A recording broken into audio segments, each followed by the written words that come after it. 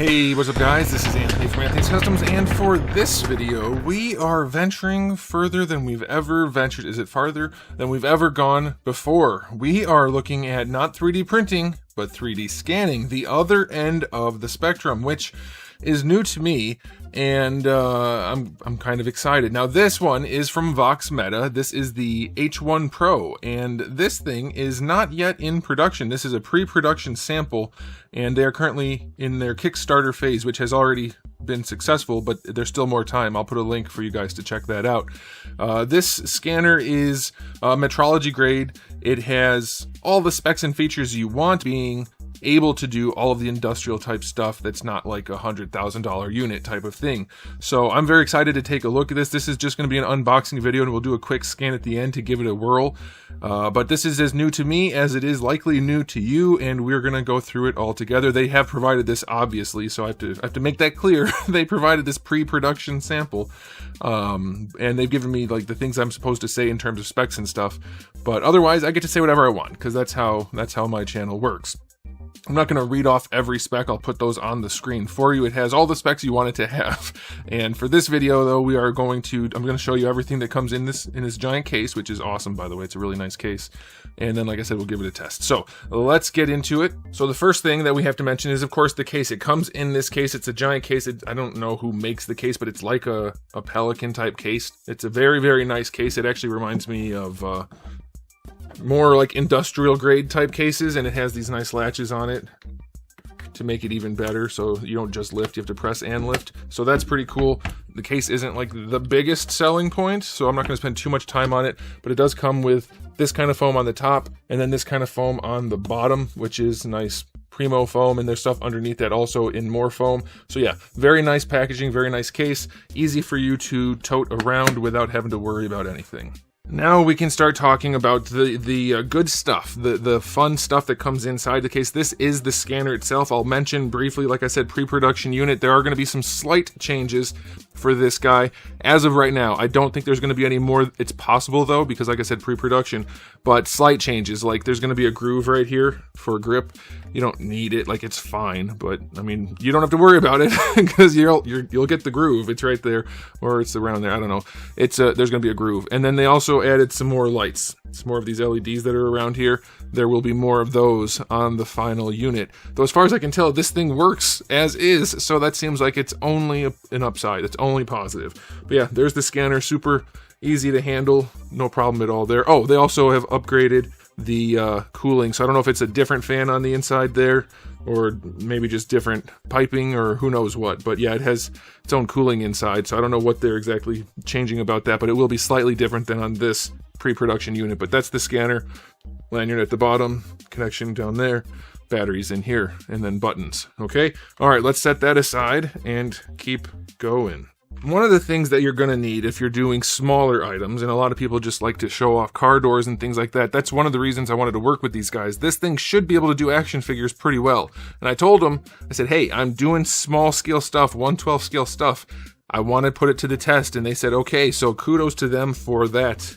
A lot of companies would not risk that, so that's nice. But you do get a, it's not motorized, but you get a turntable for turning around your model or whatever it is that you're trying to scan. I'll show you this in use later on. Even though I do have my handy dandy trusty one, I don't know that we want to use a mirror for that, so we will use this. But yeah, you get this. It's just a nice, slim, Lazy Susan type of thing that's included. All of this stuff is just included in the base version. There are two versions of the Kickstarter rewards or whatever it's called. One just includes the bar that you can measure, so that's not a necessary thing, but it's helpful. This, I don't have that here to show you. Alright, the next thing we get is our chargeable batteries. You will get 4 of them. The charger you get will just be for 2, because you'll have 2 in the device and then 2 in the charger. You don't need a 4. They're not doing the 4, which makes sense. But they're hot swappable, which is freaking cool. Things that aren't hot swappable, not as cool. Hot swapping batteries is awesome if you are on the go, not plugging this thing in. That's going to be super handy. Just keep 2 batteries packed in the charger, and then you can swap them out as you go, no problem. But so your charger will be like this much, 2 at a time, but you will get all 4 of the batteries, so that's pretty nice. They are lithium ion, that's good. I think these are 3500. Yeah, 3500. It was right there on the blue and white. It's all blue and white. The light blue and white. All right, in addition to that, you get this, which is a wrist strap, because you can hook your phone app up to the scanner and see what you're doing on the go, as opposed to having it hooked up to a computer, which is nice because the scanner does have wireless connectivity. So hooking it up to the phone app means you're just looking at your wrist like you're in the future, as opposed to having it hooked up to a laptop or a computer. I'll only be using it hooked up like to power and to the computer. Like I don't need to go wireless for what I'm doing, but having this thing is super nifty. All right, next thing. We'll get the boringer stuff out of the way. Power cables and such. All right, so this thing's actually cool. I've never seen one of these before that was as useful as this. It's a Philips, let's just call it power adapter. It's not exactly a power adapter, but you have all kinds of different options, and you can just slide them on here. So this is US and Australia, UK, EU. You just push that back, slide that forward, and you are going to be connected to power. There's the end of the power cord. Pretty standard stuff. We have this guy here, which is not your standard power brick. Connects that way like normal, but this is a PoE. So you have your PC and your scanner there, and the power goes through this. This is the one that goes to the scanner. So this goes into what I just showed you, and then this is the aviation connector, which you take this off, and that connects into back here. And that ensures that you're able to transmit lots of data via PoE. So that's pretty cool. Here's the other component of that. That is the computer end, and this is the part that goes in here. So PC goes in that part, into the PC, and then scanner. Obviously, I just showed you that. So we have that. We have USB-A to USB-C. If you need that, you will have that included. You will get a USB-A to USB-C other way. And one of the things I like is they're using high-end things. Like Ugreen's nice. They're not just picking random no-name things. So that's pretty cool. But USB-C conversion. And then you also get a 16 gigabyte flash drive, which you will use for part of the setup and that kind of thing. But that's included. That's SanDisk. Like I said, no-name stuff. All name stuff, which is nice. All right, 2 more things to talk about before we give this thing a whirl. You do get 2 packs of the markers. I believe it's 1,000 of each. I'll have to check, but I'm pretty sure it's 1,000 of each. The little ones for smaller things, obviously the big ones for bigger things. And you'll want to use these even if you're doing like an action figure to put on like the turntable or something so that the scanner has some frame of reference. That'll help it do its job. But this thing's supposed to work really, really well on even things without the markers on the actual device or item. Like car door, they always show car doors and rims in these scanner videos, and so you cover them in this, and it makes it easy. Like it can do that for sure. We're gonna really put it to its test, put it to the test, trying to do an action figure in some kind of quality. Like I know you guys have probably seen at some point action figures have been scanned in 3D before. That's a thing. The question is, what kind of quality scan are you getting? And we're going to try to get as good of a scan as we can. And then the last thing we need to talk about is the thing that I have to be careful with so don't break it. This is the calibration plate. These are unique to each scanner, and they help you in the setup phase. The software will guide you through it, but you use this to help make sure the scanner is calibrated properly so that it is as precise as it can be. And these things can be precise, but they are meant to be precise on much larger items than what I'm doing. They can capture the small details, but to only capture the small details, that's the trick, and that's what we're going to see if we can get it to do. So that's the end of the unboxing portion, and I will cut to me trying to do a scan for the first time.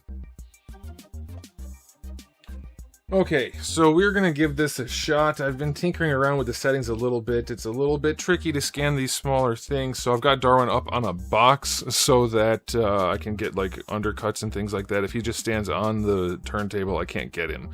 But standing him up here should work.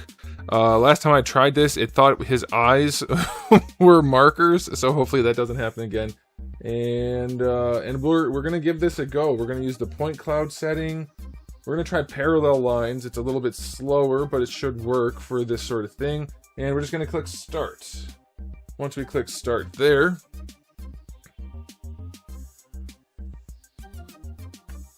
we are going to click start on here. And once we're, and we are cooking. We are cooking. My problem is I tend to get too close to Darwin while I'm trying to do this. So if I stay far enough back, we should end up with something that works. So I'm just going to spin the turntable manually as I move the scanner around. But it looks like we're catching pretty much everything we need. We need to get like under his arms to make sure we get those details.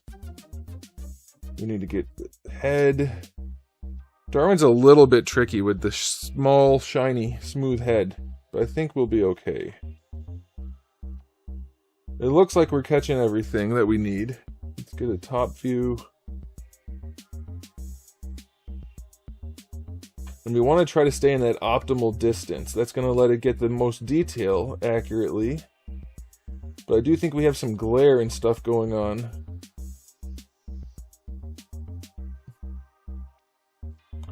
But it looks like we might be doing all right. So let me try to get this bottom angle just to get his hands a little bit better. This lower angle. And I should be able to remove most of the box in the software, the scanning software, and I can just remove the rest in my own software. Alright, I think that should be good. So we're going to hit the pause button on the, or play, pause, whatever, on the hand unit, and then we're going to click exit full screen. We're going to click complete. And it should do it pretty fast because we are wired up. We're not going Wi-Fi. So it actually looks like it did a really, really good scan other than where I missed things. So I'm going to click resume and we're going to scan some more. And hopefully it's as simple as that. It looks like it might be. I am no expert at this. This is my first time other than finagling this Darwin. Like, I mean, I've tried a few different settings. This is my first time scanning anything ever in the third dimension. So we'll see how simple this is. It looks like we should be getting that inside of that leg.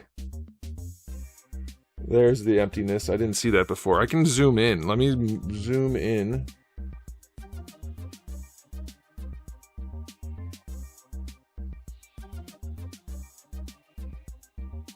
Oh, I can see it now. Well, that's a nice setting. Okay. I'm still getting too close and making it hiccup.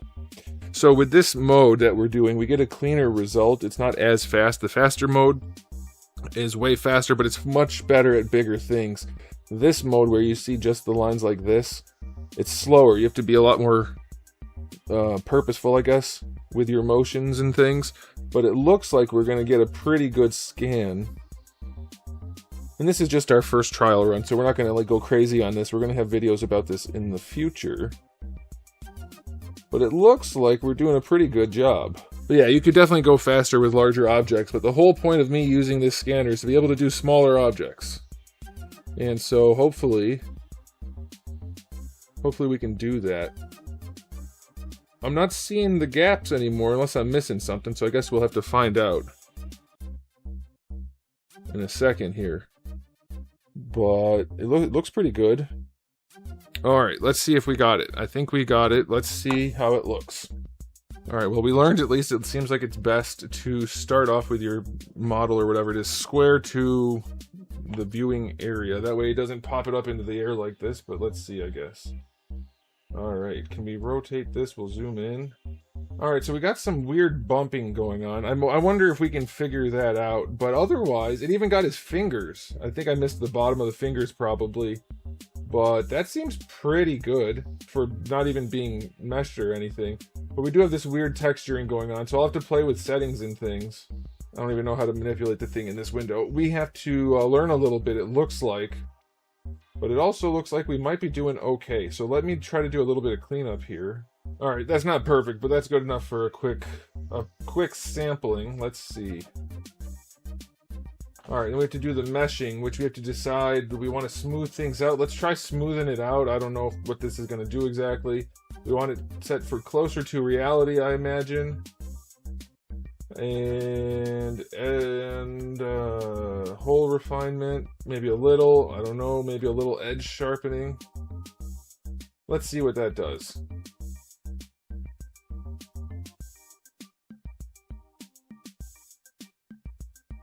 Well, I have to say, that is not bad for a first try. For a first try, that is not too bad at all.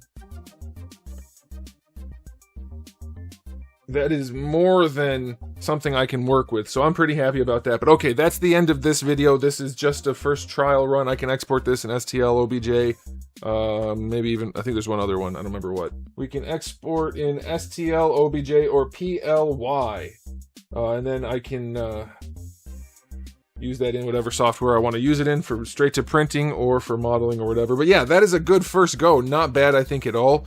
I guess we'll just have to keep trying, and I'll have some more videos coming up soon for you guys with the scanner. So thanks for watching, guys. Let me know what you think, and I'll see you next time.